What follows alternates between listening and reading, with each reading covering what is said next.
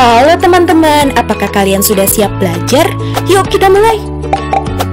Pada pembahasan kali ini, kita akan membahas tentang macam-macam pekerjaan konstruksi kayu. Halo, perkenalkan nama aku Siti Nurhalimah Rifina Putri dengan NIM 1503621002 dari Prodi Pendidikan Teknik Bangunan Universitas Negeri Jakarta.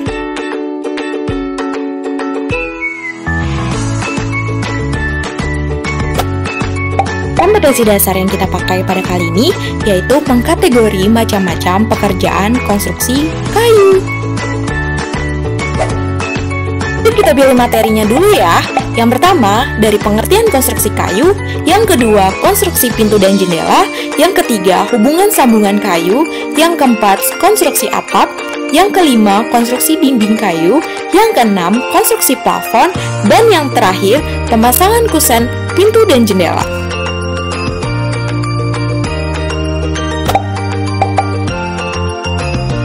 Tahukah kamu apa itu konstruksi kayu? Konstruksi kayu adalah bahan mentah yang berasal dari beberapa tanaman pohon loh. Lalu kayu dapat dijadikan sebagai kusen baik pintu maupun jendela dan bagian konstruksi rumah lainnya. Kayu merupakan bahan yang serbaguna, fleksibel, dan ringan. Kayu juga memiliki strength to weight ratio. Lalu, kayu banyak dijadikan sebagai bahan rumah tradisional di Indonesia.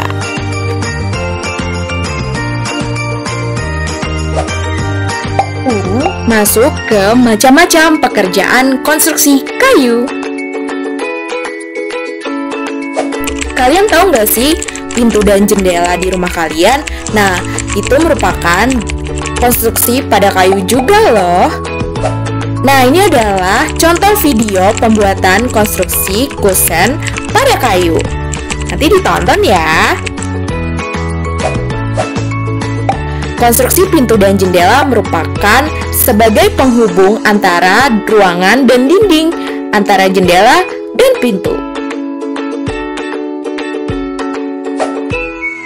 Ruangan yang dipisahkan dinding bersangkutan seperti jendela sebagai ventilasi dan pintu sebagai keluar masuknya manusia dan barang.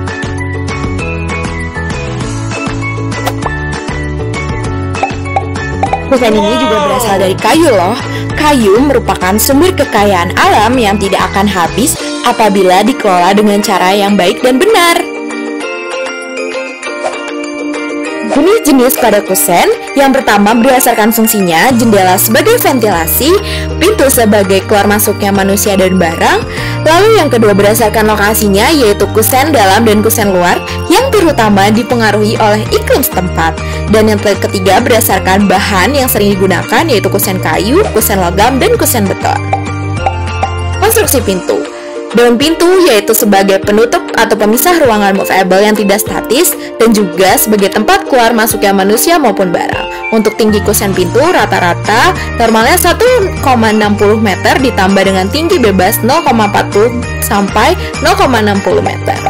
Nah, untuk lebar kusen pintu sendiri yaitu kamar mandi sekitar 0,60 sampai 0,70 meter, kamar tidur 0,80 meter, pintu utama 1,0, dan yang terakhir bangunan monumental dengan menggunakan skala monumental disesuaikan dengan proporsi bangunannya.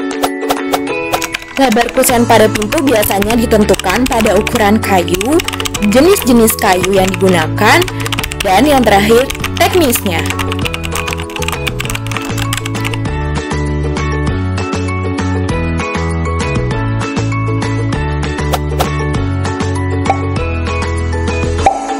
Jenis pintu, yang pertama ada pintu sorong atau slide door, yang kedua pintu lipat, yang ketiga pintu gulung atau roll or the door, dan yang keempat pintu sayap, tunggal maupun ganda.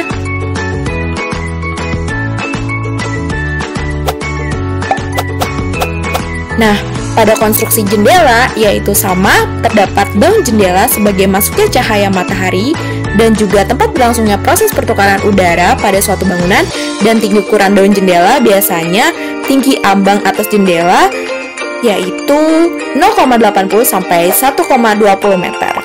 Nah, jenis-jenis jendela yaitu terdapat dua, yaitu jendela gantung ganda dan jendela sayap. Sama-sama memiliki daun-daun jendela yang digantung. secara vertikal.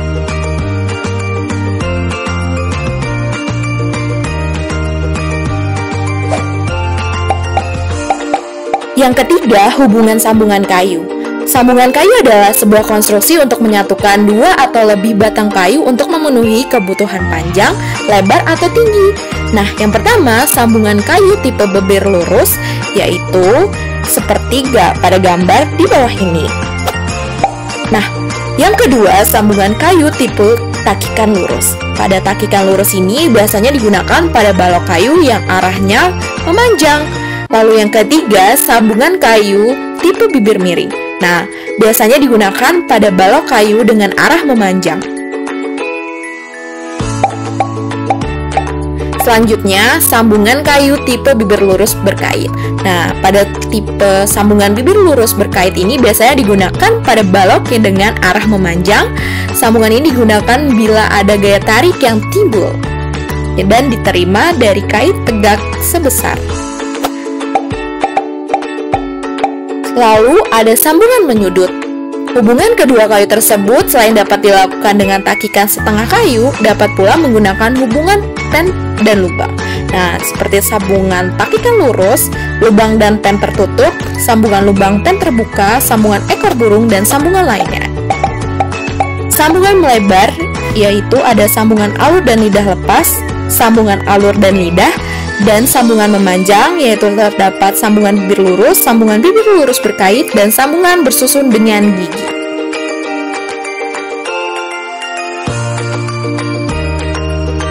Jenis-jenis dan sambungan kayu bisa teman-teman lihat pada video yang ada di bawah ini ya.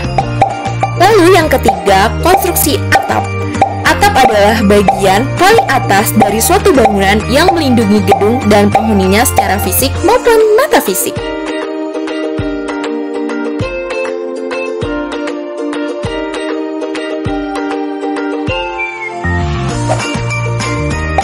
Elemen-elemen atap. Yang pertama, pastinya ada kuda-kuda, terdiri dari kuda-kuda penompang atau iga-iga yang menyalurkan gaya tekan balok dasar pada kuda-kuda yang berfungsi sebagai penahan gaya tarik, serta tiang tengah ender yang mendukung balok hubungan molor menerima gaya tekan. Dan ini adalah contoh kuda-kudanya.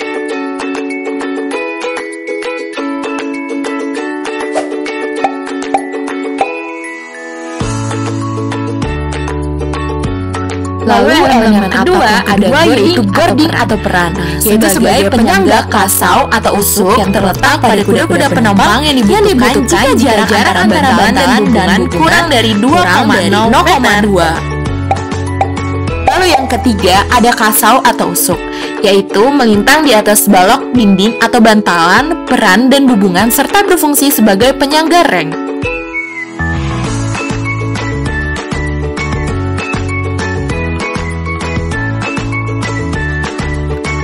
Pada elemen atap yang keempat, yaitu ada reng. Reng merupakan bilah yang melintang di atas kasau dan berfungsi sebagai tempat mengaitnya genting.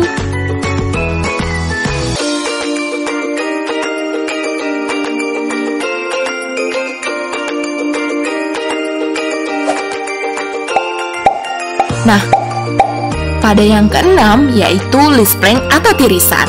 Bagian dari bangunan yang berfungsi sebagai penutup bagian atas bangunan sehingga hunian kian terlihat rapi.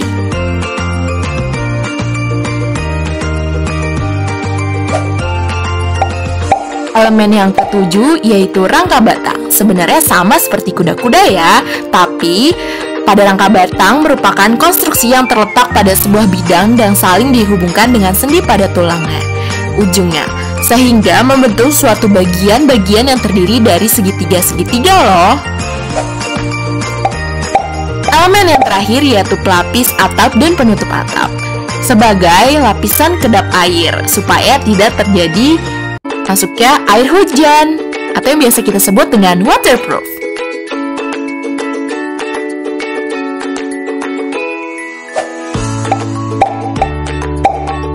Nah, untuk teman-teman yang masih penasaran dengan elemen atap, bisa lihat video detail kuda-kuda rangka kayu pada video di bawah ini ya.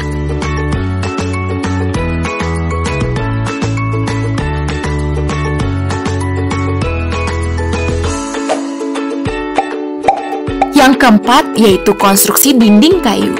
Nah, pada konstruksi dinding kayu ini yaitu terdapat dua, yaitu konstruksi batang tersusun atau log construction, dan yang kedua konstruksi dinding rangka atau yang disebut dengan pole construction.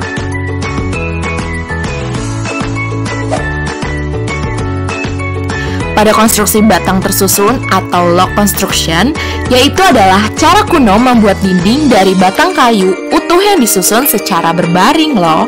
Nah, bisa teman lihat dari gambar yang ada di samping ini ya. Lalu yang kedua, pole construction atau konstruksi dinding rangka, yaitu penggunaan konstruksi rangka yang menghemat kayu dibandingkan dengan konstruksi batang tersusun itu loh. Nah, untuk gambarnya bisa lihat di samping ini ya teman-teman.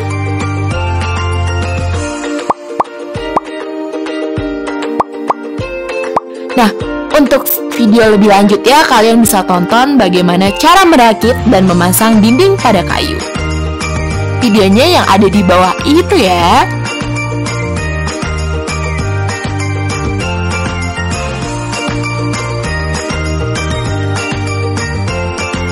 Yang kelima yaitu konstruksi plafon. Kalian tahu nggak sih letak plafon itu di mana? Yaps, plafon letaknya di langit-langit bagian atas rumah loh.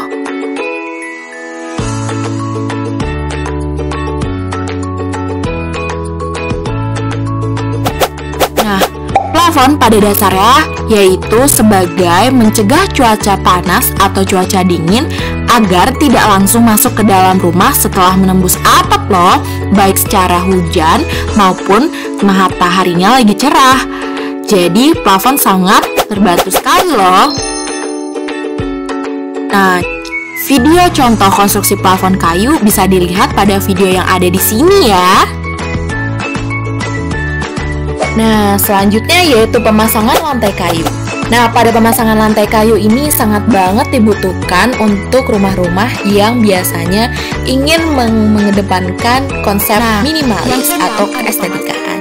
Nah, lantai adalah konstruksi bangunan gedung yang terletak di atas tanah atau di atas plat lantai. Fungsinya adalah meredam suara, kenyamanan, untuk mengurangi cahaya, dan sebagai sumber estetika loh. Nah, pada lantai papan kayu, biasanya ini paling sederhana adalah papan-papan yang langsung dipasang dan dipaku di atas louf atau balok loteng. Ukuran papan yang digunakan adalah tebal minimal 20 mm, lebar 90 hingga 140 mm. Nah, untuk pemasangan lantai papan kayu lebih lanjut, kalian bisa tonton How to Install Laminate Flooring pada video di bawah ini ya. Dan yang terakhir yaitu pemasangan kusen pintu dan jendela.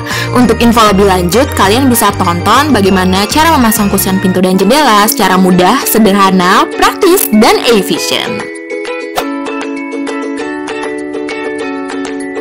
Nah, bagaimana? Apakah kamu sudah mengerti pada materi konstruksi kayu kali ini?